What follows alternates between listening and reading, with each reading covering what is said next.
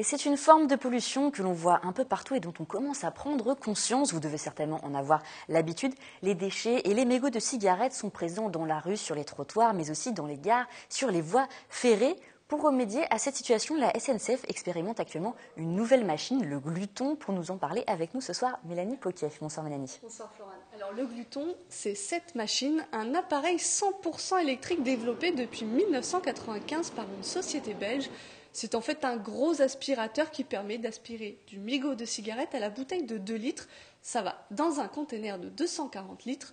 Écoutez Thomas Delfosse, le directeur commercial de France de Gluton. L'avantage de l'aspiration, c'est qu'au niveau des frais de fonctionnement, par rapport à une grosse balayeuse qui, elle, a des balais qui frottent le sol 100% du temps, nous, on va se consacrer aux déchets qui sont sur le sol. Donc, on n'a pas 100% de la surface qui est couverte de déchets, donc on y va en point par point.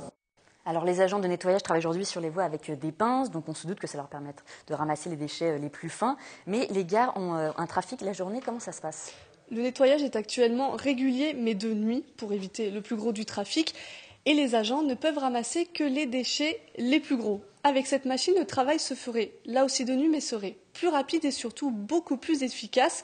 L'appareil permet de régler la puissance pour aspirer seulement les déchets, non pas les cailloux qui protègent les rails. Alors la SNCF pourrait aussi faire 1 à 2 nettoyages en profondeur des diverses lignes.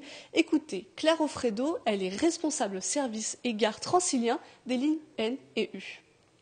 Pour nous, c'est un enjeu à la fois de perception, on va dire, des voyageurs sur l'état de propreté de la gare et du site, et en particulier des voies qui sont effectivement peu accessibles dans la journée à cause du trafic des trains. Donc on a des plages limitées en temps pour pouvoir faire intervenir les agents de nettoyage sur ces voies.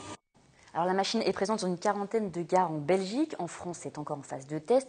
Quand est-ce qu'on pourrait voir le Gluton dans nos gares, Mélanie ? Alors, les premiers appareils devraient être livrés d'ici la fin de l'année dans plusieurs gares de France, et notamment celles des communes de Lyon et de Marseille.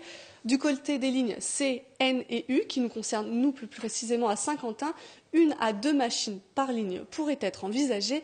Mais Florane, ça n'empêche aux utilisateurs de préférer les poubelles présentes sur les quartiers parce que c'est plus qu'une question de propreté, c'est une question de civilité.